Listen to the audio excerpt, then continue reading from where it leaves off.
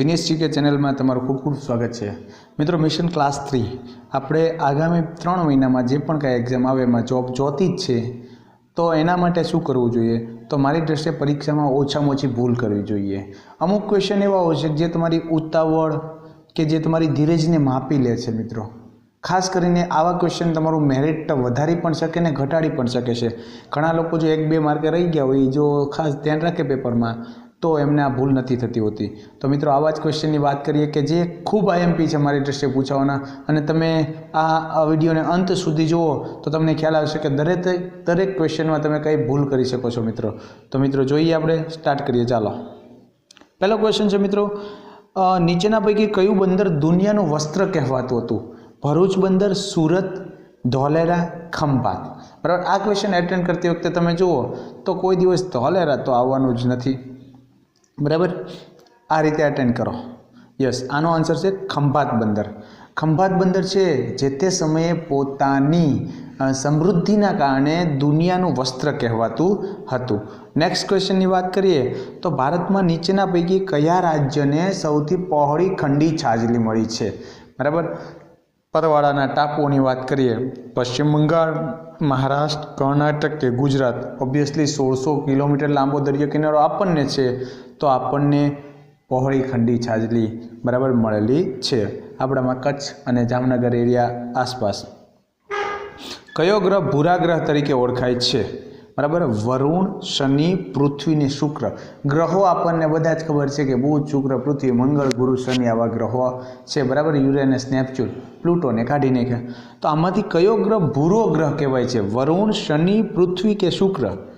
મિત્રો બહુ હાવ સવાલ જુઓ તો સહેલો છે, આનો જવાબ છે પૃથ્વી। પાણીના કારણે આપણે ભૂરા ગ્રહ તરીકે ઓળખાય છે। નેક્સ્ટ જોઈએ, કયા દિવસે સૂર્યથી સૌથી નજીક પૃથ્વી હોય છે? બરાબર, જે પ્રદક્ષિણા દરમિયાન કયા દિવસે નજીક હોય ને કયા દિવસે દૂર હોય? તો જુઓ, 4 જુલાઈ, 21 જૂન, 23 સપ્ટેમ્બર ને 3 જાન્યુઆરી। આમાંથી કયા દિવસે પૃથ્વી સૌથી નજીક હોય? તો મિત્રો 3 જાન્યુઆરીના દિવસે સૌથી નજીક હોય છે। અને લગતું બીજું નોલેજની વાત કરીએ તો 4 જુલાઈ છે સૌથી દૂર। આપણે બંને ક્વેશ્ચન જોઈશું।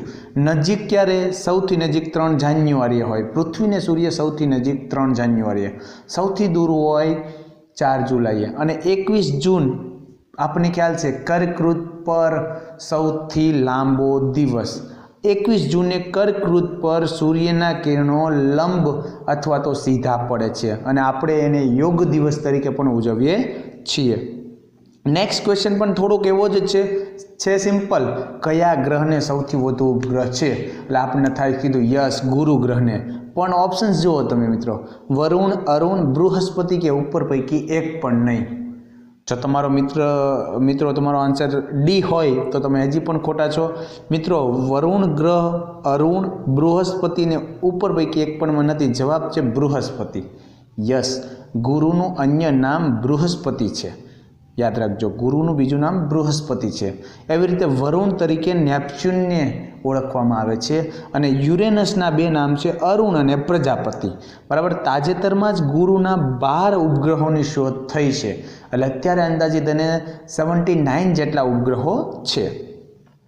વિસ્તારની દ્રષ્ટિએ ભારતનો સૌથી મોટો જિલ્લો ને સૌથી નાનો જિલ્લો કયો? જીપીએસસી પૂછેલો એકવાર આ પ્રશ્ન, બરાબર। સૌથી મોટો જિલ્લો તમને ખ્યાલ છે કચ્છ છે, તો ચોથો ઓપ્શન તો નીકળી જ જવાનું છે, બરાબર। તો કચ્છ અને લદ્દાખ એ પહેલા અને બીજા નંબરના મોટા જિલ્લા છે, એટલે એ પહેલો ઓપ્શન નહીં નીકળી ગયો। તો મિત્રો આનો સાચો આન્સર છે કચ્છ અને માહે। માહે ક્યાં છે? તમે ફ્રેન્ચ શાસનમાં જાઓ, માહે, કરેકલ, યનામ, યસ, પુડુચેરીનો જિલ્લો છે, બરાબર। પોંડુચેરી જેને કહીએ આપણે એનો, એટલે મોટો જિલ્લો કચ્છ, નાનો જિલ્લો માહે। પ્રેમાનંદે રણ યજ્ઞ આખ્યાન કઈ જગ્યાએ લખ્યું હતું? બરાબર, વડોદરા, કચ્છ, નર્મદા કે નવસારી? મિત્રો જો કે ત્યારે તો આ નવસારીમાં લખેલું છે અત્યારના, ત્યારે નવસારી જિલ્લો કદાચ અસ્તિત્વમાં નહીં હોય, બરાબર। તો પ્રેમાનંદે નવસારીમાં રણ યજ્ઞ આખ્યાન લખેલું હતું। નીચેનામાંથી કઈ નદી દ્વીપકલ્પી નદી તંત્રની પશ્ચિમી પ્રવાહવાળી મોટામાં મોટી નદી છે? મિત્રો આપણે ઇન્ડિયાને આમાં આ રીતે દોરીએ, બરાબર, તો આ પશ્ચિમી પ્રવાહવાળી મોટામાં મોટી નદી કઈ છે? જો અહીંયા ધ્યાન રાખજો, બહુ સિમ્પલ છે. હંમેશા મારો એ ઓપ્શન જોજો, ભૂલ ભલામણીવાળો છે કે સૌથી મોટી નદી, એટલે આપણે એમ થાય કે લાંબી નદી ગંગા છે, ટીક કરી નાખીએ, ખોટું પડે. દ્વીપકલ્પમાં ગોદાવરી નદી, ગોદાવરી નદીને વૃદ્ધ ગંગા, દક્ષિણી ગંગા કહેવાય. નર્મદા ને કાવેરી, નર્મદા એકમાત્ર નદી એવી છે જે પશ્ચિમ તરફ વહીને અરબ સાગરને મળે, બાકીની બધી નદી અહીંયા બંગાળાની ખાડીને મળે છે. બરાબર. જો ગમે એ નદીના ઓપ્શન આવે, દ્વીપકલ્પી ભારતની મોટી નદી નર્મદા આવશે. નેક્સ્ટ વાત કરીએ, કયો તાલુકો, અત્યારે જો પેટર્ન મુજબ તાલુકા ખૂબ પૂછાય છે કે આ તાલુકો ક્યાં આવેલો, આ તાલુકો ક્યાં આવ્યો. નીચેનામાંથી કયો તાલુકો ડાંગમાં આવેલો નથી? કયો તાલુકો ડાંગમાં નથી? ડાંગ, આહવા, સુબીર ને વધઈ. અહીંયા પણ ભૂલ ભૂલામણી થાય, આપણે એમ થાય કે ડાંગમાં, ડાંગ તો તાલુકો હોય, પણ મિત્રો ડાંગ પોતે જ તાલુકો નથી.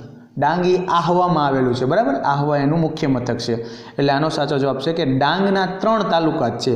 ડાંગ જિલ્લાને 3 તાલુકા છે, આહવા, સુબીર ને વધઈ. બરાબર.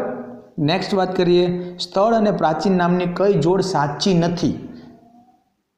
કઈ જોડ? ગણદેવી ગુણપાદિકા, ખંભાત સ્તંભતીર્થ, પાલનપુર શ્રીસ્થળ, ઘુમલી તો ભૂતાંબિલિકા. તો મિત્રો આનો સાચો આન્સર છે પાલનપુર શ્રીસ્થળ. કઈ રીતે જુઓ તો પાલનપુર છે એ પ્રહલાદપુર કે પ્રહલાદપુર તરીકે ઓળખાય છે, નવાબી નગર તરીકે પણ ઓળખાય છે, અને સિદ્ધપુર છે એ શ્રીસ્થળ તરીકે ઓળખાય છે. બરાબર. તો એ ખોટું છે, પાલનપુર શ્રીસ્થળ વાળું જોડકું ખોટું છે.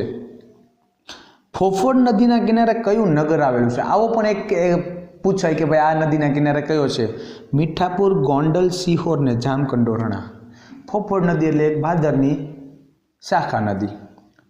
તો સિહોર તો આવે નહીં. જો અહીંયા ઓપ્શનમાં જુઓ તો તમને ખબર પડે, સિહોર ભાવનગરમાં છે, મીઠાપુર જામનગરમાં છે, ભાદર તો રાજકોટ અને પોરબંદરમાંથી વહે છે. તો બેમાંથી એક લેવાનું છે. ગોંડલ છે એ ગોંડલી નદીના કાંઠે આવેલું છે.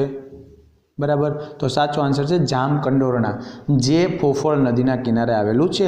આ રીતે અટેન્ડ કરો, તમારો કોઈ દિવસ ખોટો નહીં પડે, અથવા તો ખોટા પડવાની શક્યતા ઘટી જશે. મિત્રો, ભાવનગર રાજ્યની કાયાપલટ કરનાર દિવાન કોણ છે? કૃષ્ણકુમારસિંહજી. ઘણાને એમ થાય ભાવનગર એટલે કૃષ્ણકુમારસિંહજી, તે એના માટે પહેલો ઓપ્શન છે. પ્રભાશંકર પટણી, ગૌરીશંકર ઓઝા કે બળવંતરાય મહેતા. તો મિત્રો ગૌરીશંકર ઓઝા, જે ગગા ઓઝા તરીકે પણ ઓળખાય છે, એ છે, જેના નામ પરથી ભાવનગરમાં બોર તળાવ પણ છે. પ્રભાશંકર પટણીના નામ પરથી સર પીપી સાયન્સ કોલેજ છે. અને બળવંતરાય મહેતાની નિમણૂક પહેલાં આપણા ભાવનગર રાજ્યના જે લોકશાહી ચળવળ ચાલી હતી આઝાદી પહેલાં, એમાં કૃષ્ણકુમારસિંહજીએ મુખ્ય પ્રધાન તરીકે નિમણૂક કરી હતી. સાળંગપુર હનુમાન મૂર્તિ, જે મંદિરની મૂર્તિ છે, સાળંગપુર હનુમાન કયા નામે ઓળખાય? કષ્ટભંજન હનુમાન.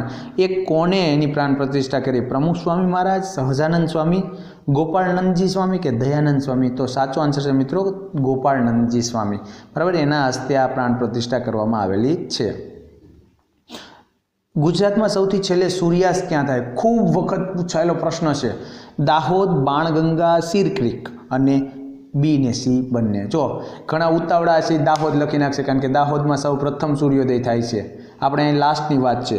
બાણગંગા કે સીર ક્રીક? યસ, તમને ખબર છે સીર ક્રીકમાં છે. કદાચ તમારો આન્સર માત્ર સી હોય તો તમે ખોટા પડો, કારણ કે બાણગંગા એ સીર ક્રીકનું બીજું નામ છે. એટલે આપણો સાચો આન્સર આવશે બી ને સી બંને.